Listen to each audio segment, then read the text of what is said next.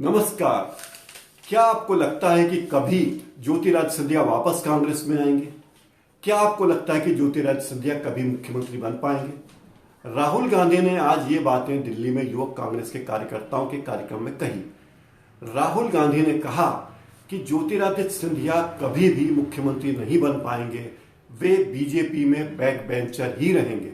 लेकिन अगर वे कांग्रेस में होते तो आज निश्चित ही मुख्यमंत्री होते। मैंने ज्योतिरादित्य सिंधिया को एक बार कहा था कि आप एक दिन मुख्यमंत्री बनेंगे, लेकिन ज्योतिरादित्य सिंधिया ने अलग रास्ता चुना। वे पार्टी छोड़ गए और अब वे कभी भी मुख्यमंत्री नहीं बन पाएंगे। अगर ज्योतिरादित्य सिंधिया कांग्रेस में होते, संगठन का काम कर रहे होते, तो पार्टी में उनके लिए अपार संभावनाएं थी। ये बात राहुल गांधी कह रहे हैं, मैं नहीं कहता। क्या आपको लगता है कि 5 राज्यों में होने वाले विधानसभा उपचुनाव के दौर में ऐसी बातें करना कोई उपयोगी है, या ये केवल मनोरंजन के लिए है? जो भी हो, राहुल गांधी ने ये बातें बड़ी गंभीरता से कही है। उन्हें लगता है, वे अभी भी ये मानते हैं कि बीजेपी में ज्योतिरादित्य सिंधिया का कोई वर्चस्व नहीं है, बीजेपी में ज्योतिरादित्य सिंधिया का कोई भविष्य नहीं है। लेकिन अगर वे कांग्रेस में होते तो उनका बहुत भविष्य था। राहुल गांधी ने कहा कि कांग्रेस पार्टी ने ज्योतिरादित्य सिंधिया को कई मौके काम करने के लिए दिए। वो उद्योग और वाणिज्य राज्य मंत्री भी थे मनमोहन सिंह की सरकार में।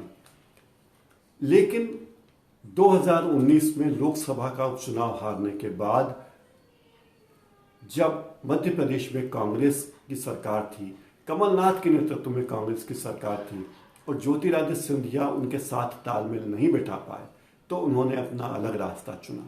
उन्होंने एक तरफ इस्तीफा दिया, दूसरी तरफ कांग्रेस पार्टी ने उन्हें अपनी सदस्यता से बेदखल कर दिया।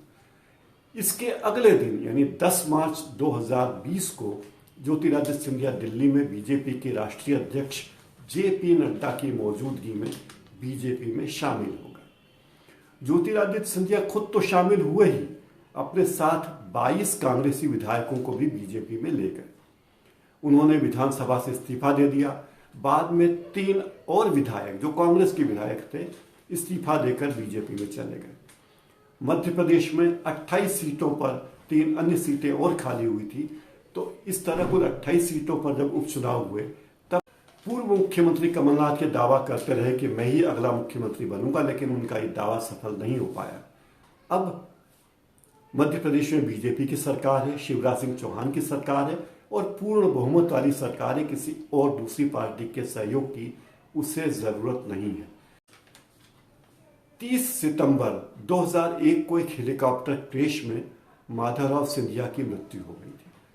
उसके बाद, उसके करीब 2.5 महीने बाद, 18 दिसंबर 2001 को ज्योतिरादित्य सिंधिया ने अपने पिता के जूते में पांव डाला और वे कांग्रेस के सदस्य बने।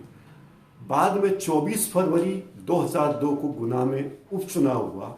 लोकसभा के उस चुनाव में कांग्रेस ने ज्योतिरादित्य सिंधिया को उनके पिता की जगह टिकट दिया, और इस बार उपचुनाव में ज्योतिरादित्य सिंधिया 4.5 लाख से भी ज्यादा वोटों के मार्जिन से जीते थे।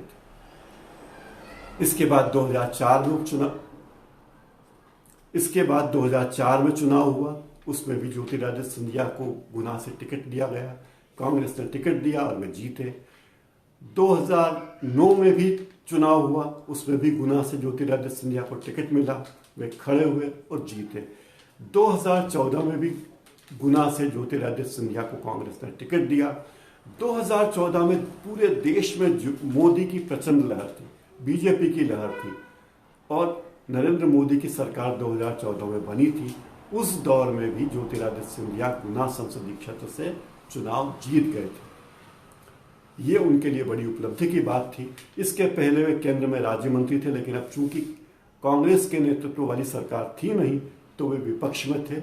लोकसभा में वे विपक्ष में थे। जब 2019 के चुनाव हुआ और ज्योतिरादित्य सिंधिया को गुना से फिर कांग्रेस ने टिकट दिया, इस चुनाव में 1.25 लाख से ज्यादा वोटों से कृष्णपाल सिंह यादव नामक एक बीजेपी के साधारण कार्यकर्ता ने ज्योतिरादित्य सिंधिया को हरा दिया।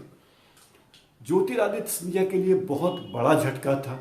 उन्हें कभी भी ये उम्मीद नहीं थी कि ऐसा हो सकता है, लेकिन ऐसा हुआ। उन विधानसभा चुनाव में मध्य प्रदेश में कांग्रेस ने अपनी सरकार बनाई।